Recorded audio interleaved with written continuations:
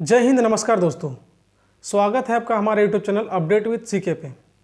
आज की इस वीडियो को शुरू करने से पहले मैं आप लोगों से एक चीज़ रिक्वेस्ट करना चाहता हूं कि अगर आप लोग अपने राज्य छोड़ के दूसरे राज्य पे काम करने के लिए जाते हो तो थोड़ा सतर्कता से आपको करना है। बहुत सारे लोग, कोई बिहार से, झारखंड से, यूपी से, बंगाल से, असम से ना कहीं से लोग श्रमिक के रूप से ज़रूर काम के लिए करने के लिए जाते हैं। और अभी मेरा वीडियो आप लोग देख रहे होंगे तो इसमें कोई ना कोई ज़रूर श्रमिक मजदूर भी होंगे। तो आप लोग कमेंट में ये बताएं कि आप लोग जहाँ पे काम करने के लिए जाते हो और फिर वहाँ से जब वापस आते हैं तो आप लोग किस कंडीशन पे रहते हो, यानी कि आपने जिस रूम को भाड़े पे लिया है या फिर रेंट पे लिया है तो वहाँ की सुविधाएं कैसी है, कंडीशन कैसी है। क्योंकि मैं आपसे इसलिए बोल रहा हूँ कि आप जो स्क्रीन पे ये 4 लोगों की तस्वीर आप देख रहे हैं, ये असम के हैं और इनकी बेंगलोर पे जान चली गई है। जान कैसे गई है, नहीं गई है, सारा कुछ हम लोग वीडियो पे आगे डिस्कशन करने वाले हैं। तो आप लोग इस वीडियो को शुरू से लास्ट तक जरूर देखें।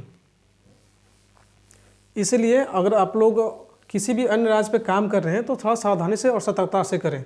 ये देखिए, ये जब असम पे थे ये लोग तब अपना ये तस्वीर खींची हुई थी, और जब ये लोग बेंगलुरु चले जाते हैं उसके कुछ दिन बाद की तस्वीरें आप देख सकते हैं।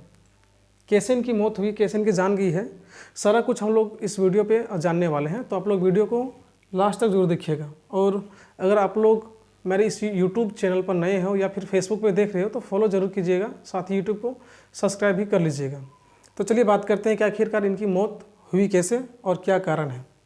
इनकी जब फॉरेंसिक रिपोर्ट आई है तो उसमें दिखाया गया है कि कार्बन मोनोऑक्साइड। अब देखिए, ये फॉरेंसिक का पहला रिपोर्ट है, हालांकि इनका भी कंप्लीट जो फॉरेंसिक रिपोर्ट है वो आया हुआ नहीं है, लेकिन जितना भी जानकारी है और जितना न्यूज़ में दिखाया जा रहा है उसके हिसाब से मैं आपको बता रहा हूँ कि कार्बन मोनोऑक्साइड ये क्या चीज़ है। ये एक प्रकार का गैस है। अगर ये गैस कहीं पे उत्पन्न होता है ना तो आपको दिखाई नहीं देगा और उसका स्मेल भी नहीं रहता। यानी कि अगर ये गैस फैल जाए तो आप ना इसको देख सकते हैं और ना ही इसको सूंघ के। तो ये बताते हैं आपको, चलिए आगे चलते हैं कि ये कैसे फैलता है। तो अपूर्ण दहन के कारण, यानी कि किसी भी चीज़ को आप जला रहे हैं, चाहे वो पेट्रोल हो, लकड़ी हो या फिर कोयला हो, अगर जलने के लिए पर्याप्त ऑक्सीजन नहीं मिलती है तो वो अधजला मानते हैं उसको। और वो जब अधजला टाइप का हो जाता है तो उससे कार्बन डाइऑक्साइड की जगह पे उस पर कार्बन मोनोऑक्साइड निकलने लगता है। यहाँ पे देखिए, ये आग है, ये जल रही है।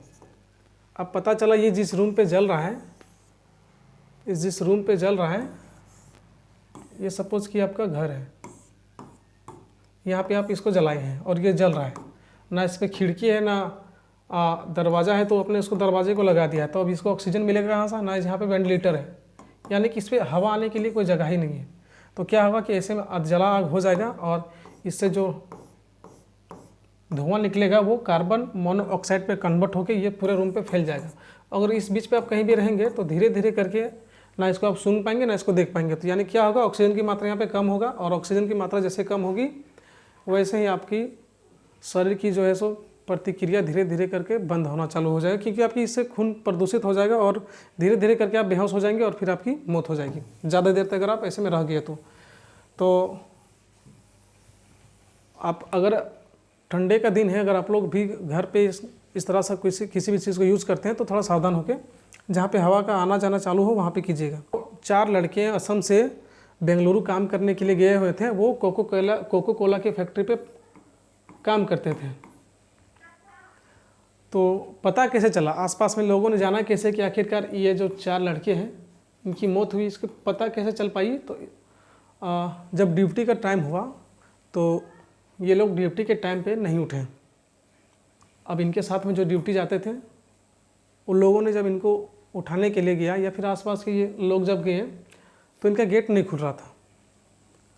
तो लोगों ने जब देखा कि गेट नहीं खुल रहा है तो आनंद फानन में उन्होंने गेट को तोड़ दिया। अब तोड़ के देख रहे हैं तो चारों लोग ढेर की तरह पड़े हुए वहाँ पे, यानी कि इस पर कोई एक्टिविटीज़ नहीं था, ना ये हिल पा रहे थे, ना उठ पा रहे थे, ना और कुछ एक्टिविटीज़ कर पा रहे थे, ये सिर्फ लेटे हुए थे।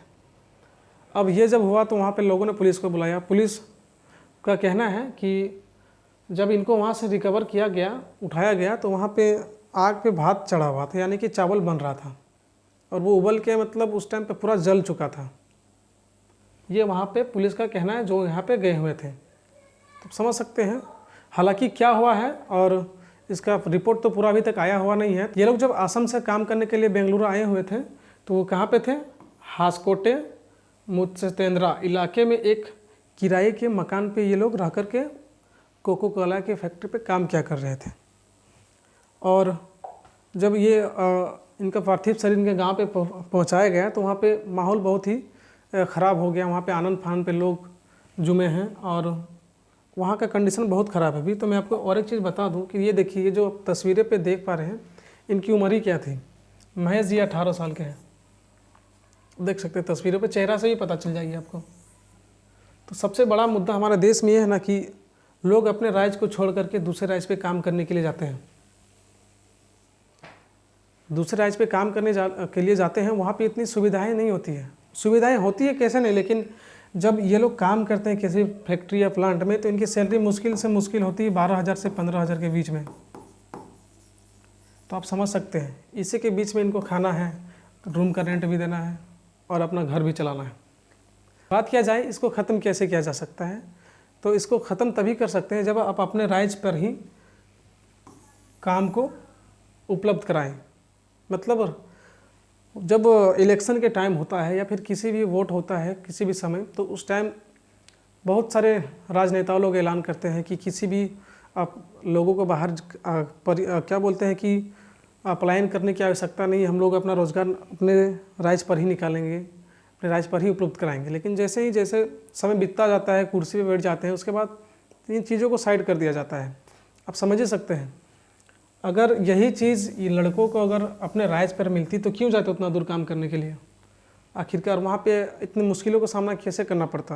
आप समझ सकते हैं।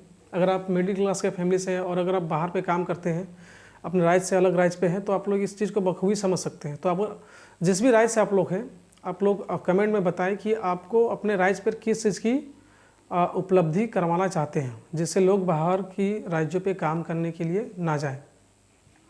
चलिए बात करते हैं। यहाँ पे देखिए असम पे जो ये केस हुआ है, अब यहाँ के मुख्यमंत्री हेमंत बिस्वा शर्मा जी हैं। इनका कहना है कि इस दुर्घटना ने प्रवासी श्रमिकों के असुरक्षित आवासों और खराब वायु कंडीशन वाले छोटे कमरों में खाना पकाने के जोखिमों को लेकर गंभीर चिंताएं पैदा कर रही है। आप देख सकते हैं कि यहाँ पे इन्होंने ये चीज़ कहा है।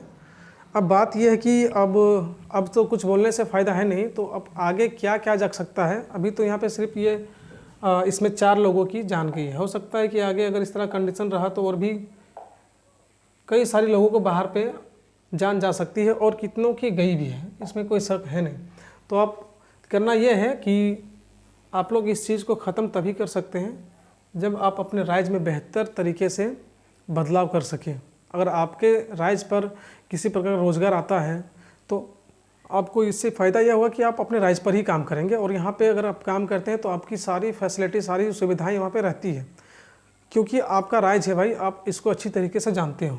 और अगर आप अपने राज्य से बाहर जाते हो तो कहीं ना कहीं वहाँ पे कुछ कमियाँ होती हैं और हर चीज़ को बाहर पे आप मेंटेन नहीं कर सकते।